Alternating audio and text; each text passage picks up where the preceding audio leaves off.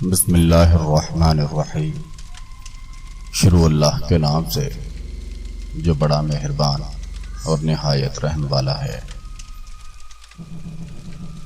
انسان کی زندگی میں کچھ ایسے واقعات ہوتے ہیں جو انسان کی زندگی پر گہرے اثرات اور گہرے نقوش چھوڑ کر جاتے ہیں۔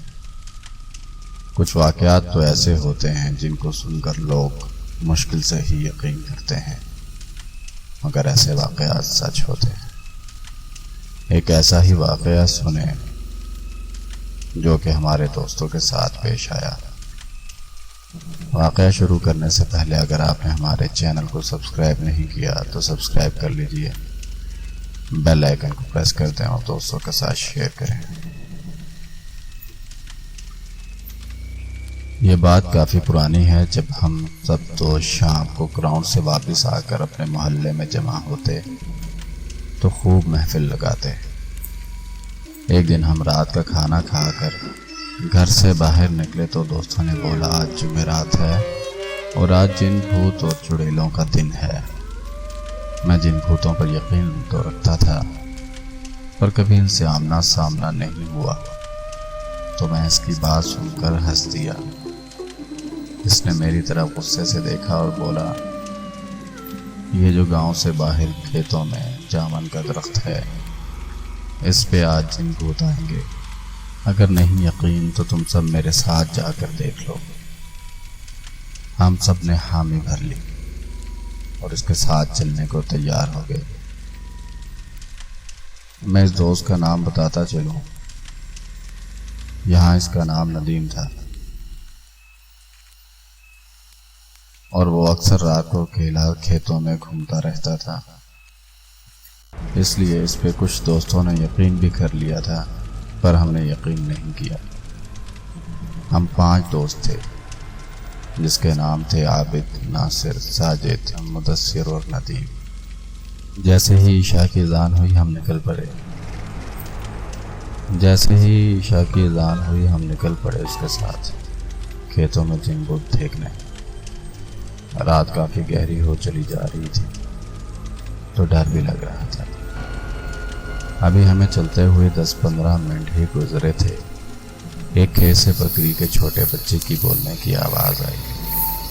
عابد نے بولا رکو، یہاں پاس سے کسی جانور کی آواز آ رہی ہے۔ سب رک گئے اور خاموشی سے آواز سننے کا انتظار کرنے لگے کہ کس طرف سے یہ آواز آ رہی ہے۔ ابھی تھوڑی ہی دیر گزری تھی کہ بکری کے بچے کی آواز دوبارہ سنائی دی۔ ندیم نے فوراً بولا آواز اس طرف سے آ رہی ہے جو 2-4 کھیت چھوڑ کر ہی برسن کا کھیت ہے، آواز وہاں سے آ رہی تھی۔ سردیوں کے دن تھے اور ان دنوں میں برسن عام ہوتا ہے۔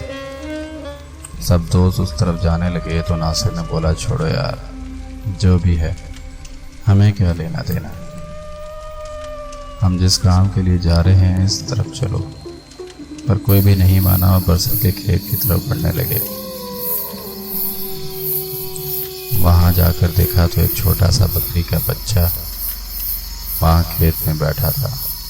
ہم میں سے کوئی کچھ بولتا اس سے پہلے ہی ندیم نے کہا لگتا ہے جو یہاں بکریاں چروانے آتے ہیں ان کا رہ گیا ہوگا، اس کو اٹھا لو، صبح پتہ لگا کر واپس دے دیں گے۔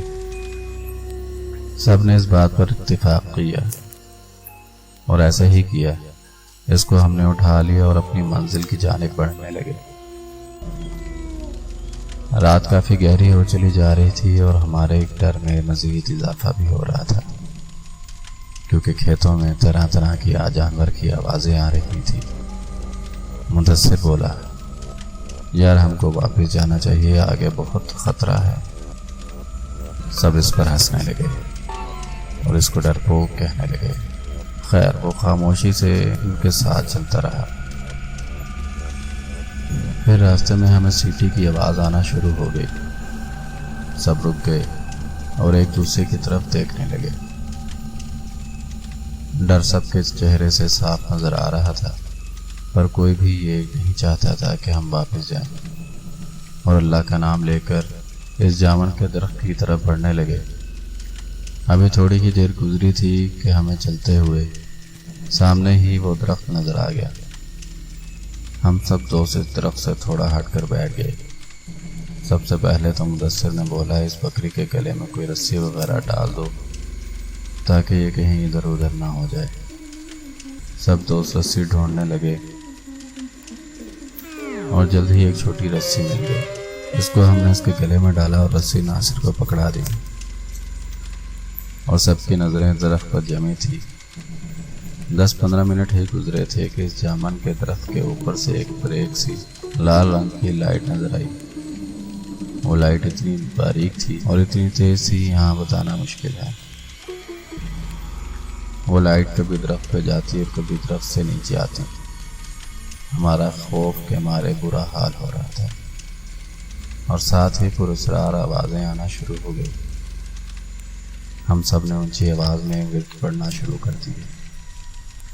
کچھ دوست تو وہاں سے بھاگنے کے لیے تیار تھے، ہم نے انہیں روک رکھا تھا۔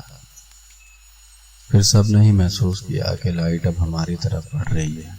جب سب نے یہ منظر دیکھا تو وہاں سے بھاگنے میں ہی بہتری سمجھی، اور اتنی سپیڈ سے وہاں سے الٹے پاؤں دوڑے، اور ہمارے پیچھے اتنی خوفناک آوازیں بلند ہو رہی تھی، بس یہی محسوس ہو رہا تھا جیسے وہ بالکل ہمارے پاس ہی ہیں اور کسی بھی لمحے وہ ہم سب کو نقصان پہنچا سکتی ہیں۔ ہم نے ہمت نہ ہاری اور بھاگتے رہے، ورد کرتے رہے، اور واپس گاؤں آ کر سانس لیا۔ جب ہم سب گاؤں کی حدود میں پہنچ گئے تو مدثر نے ناصر کی طرف دیکھا اور پوچھا، آپ کے پاس بکری کا بچہ تھا، وہ کہاں چھوڑ آئے؟ اس نے ہاتھ کی طرف دیکھا تو اس کے ہاتھ میں صرف رسی تھی۔ اس نے بولا کہ جب ہم وہاں سے بھاگ رہے تھے تو یہ صرف رسی ہی تھی، بکری کا بچہ کدھر گیا؟ اس کو کچھ معلوم نہیں۔ جب وہاں سے واپس دوڑے تو وہ بکری کا بچہ وہاں ہمارے ساتھ نہیں تھا، صرف یہ رسی ہی تھی۔ کیا وہ سچ میں بکری کا بچہ تھا یا کوئی اور مخلوق تھی؟ سب دوستوں نے کہا جو بھی تھا ہم صبح صبح وہاں جا کر ضرور دیکھیں گے۔ جب صبح ہوئی تو کوئی بھی وہاں جانے کو تیار نہیں تھا سوائے ندیم اور مدثر کے۔ وہ دونوں کھیتوں میں گئے اور اسی جگہ گئے تو انہوں نے وہاں بکری کے بچے کو مرا ہوا پایا، جو جامن کے درخت کے بالکل قریب ہی پڑا تھا۔ اس کی صرف ہڈیاں ہی ہڈیاں نظر آ رہی تھی۔ اس بکری کے بچے پہ گوشت کا کوئی نام و نشان نہیں تھا۔ وہ دونوں دوست سمجھ چکے تھے رات کو جو کچھ بھی ہوا وہ ان کا وہم نہیں تھا۔ اس درخت پہ واقعی کچھ ایسا تھا جو ندیم نے بولا تھا۔ اس کے بعد وہ واپس آ گئے اور کبھی بھی رات کے ٹائم باہر گھومنے سے توبہ کر لی۔